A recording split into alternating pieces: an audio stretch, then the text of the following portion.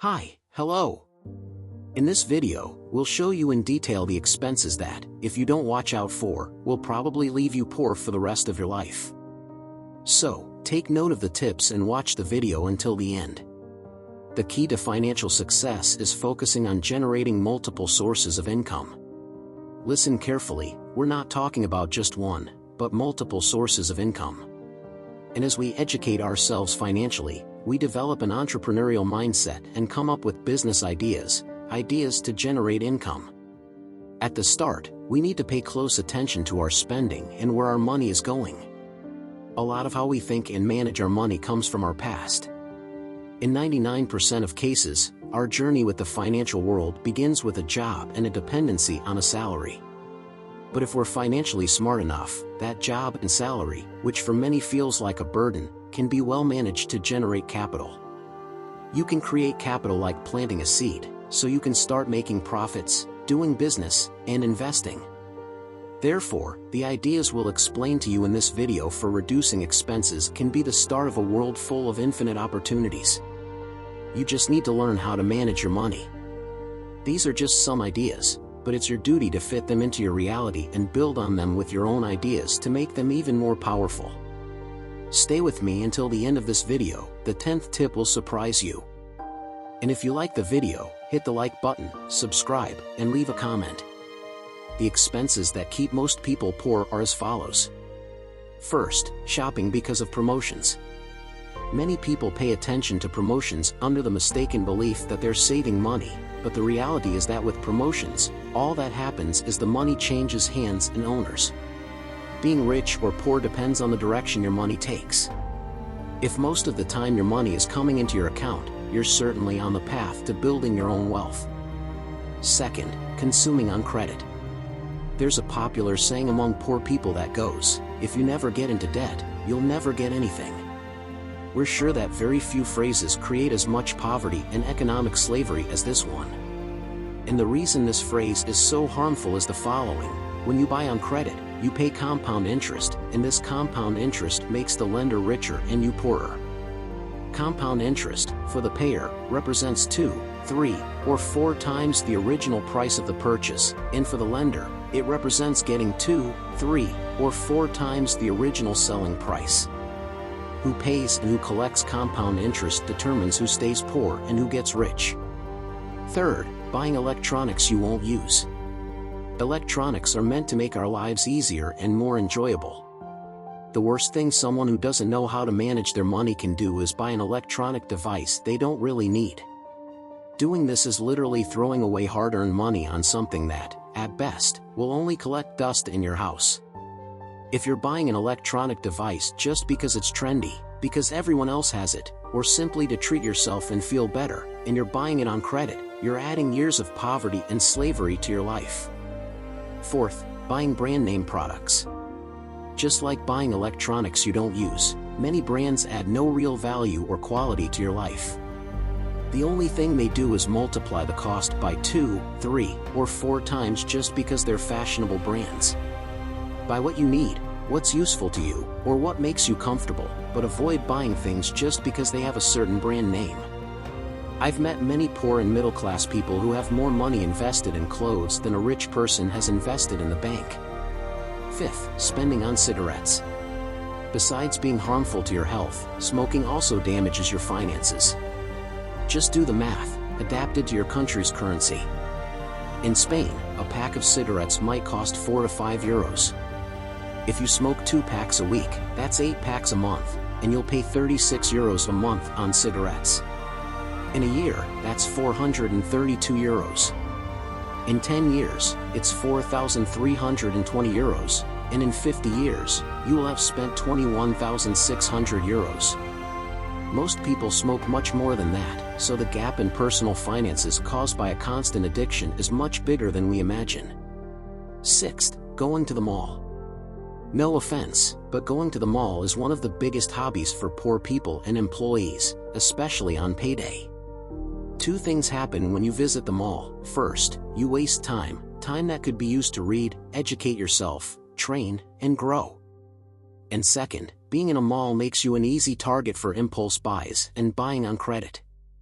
This brings us to the seventh point, impulsive purchases. Seventh, impulse buys are when you buy something you don't need just to feel the joy of having something new. You might feel important through impulsive purchases. The rich get richer because they sell more, and the poor get poorer because they buy more. Eighth, having the biggest TV or a TV in every room. Visit the home of a poor person, and you'll see a large TV compared to their income. Visit the home of a rich person, and you'll see the biggest library proportional to their income. TV is the educational system of the poor and the middle class. They're educated by soap operas, reality shows, soccer, beauty contests, commercials, and then they wonder why they earn so little. Ninth, buying smartphones on credit. Smartphones have thousands of apps and tools, but 95% of the population only uses them to send messages on WhatsApp, check Facebook, Instagram, YouTube, email, and take photos. Seeing a minimum wage earner drowning in debt or trapped in the rat race because they bought a phone more expensive than they could afford on credit is one of the most painful things I've ever witnessed. 10th, going to parties and clubs daily. Alcohol is much more expensive than food. I'm not saying you shouldn't have fun, but if you don't control yourself and overdo it with trips to parties and clubs, you probably won't ever have the life you dream of.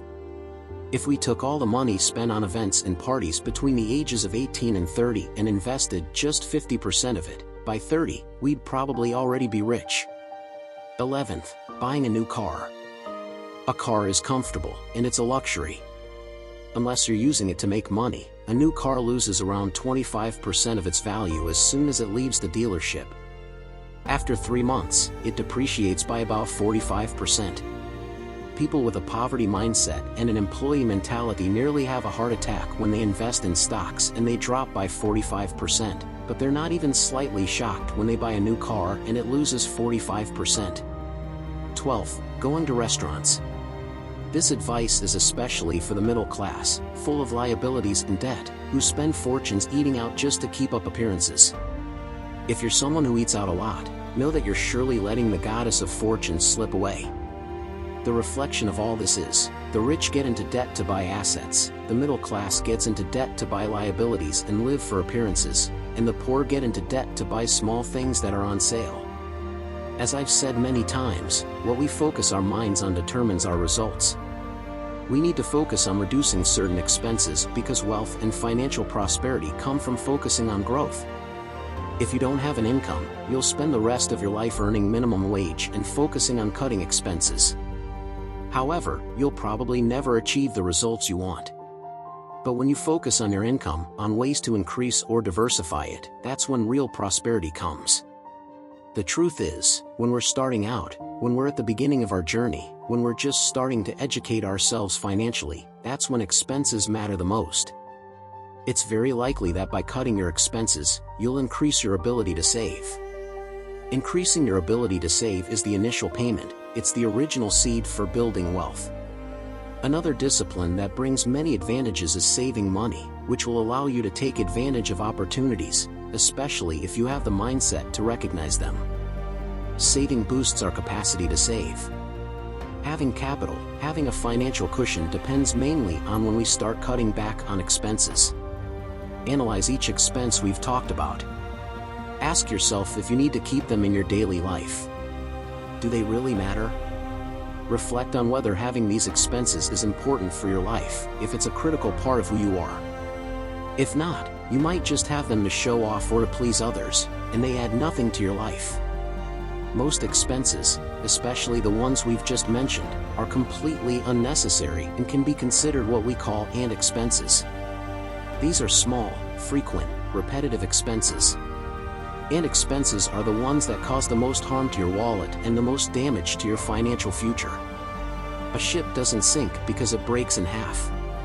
A ship sinks because it has a single hole, and water slowly starts to seep in drop by drop. That's why ships sink, and that's why our personal finances can sink as well. So, if we don't have the financial capacity to take advantage of opportunities, it's no use educating ourselves financially to invest or trade if our personal finances are leaking. If we have too many holes and money is slipping through our fingers, we must learn to control our expenses. I'm not saying to focus on all of your expenses at once. You just need to control the ones we've mentioned and the ones that have gotten out of control. Once you take control of them, put all your focus, energy, imagination, and intelligence into building income streams, increasing your earnings, capitalizing on your talent, and improving your financial intelligence. With all your focus on increasing and diversifying your income, the most important thing is to get your income streams on autopilot. Put all your energy into this project, but if you feel like your ship has a hole in its hull, please, make sure to seal it. Because the money you earn on one side is probably slipping out the other. Control your expenses, don't be stingy, but manage your expenses and focus on generating income.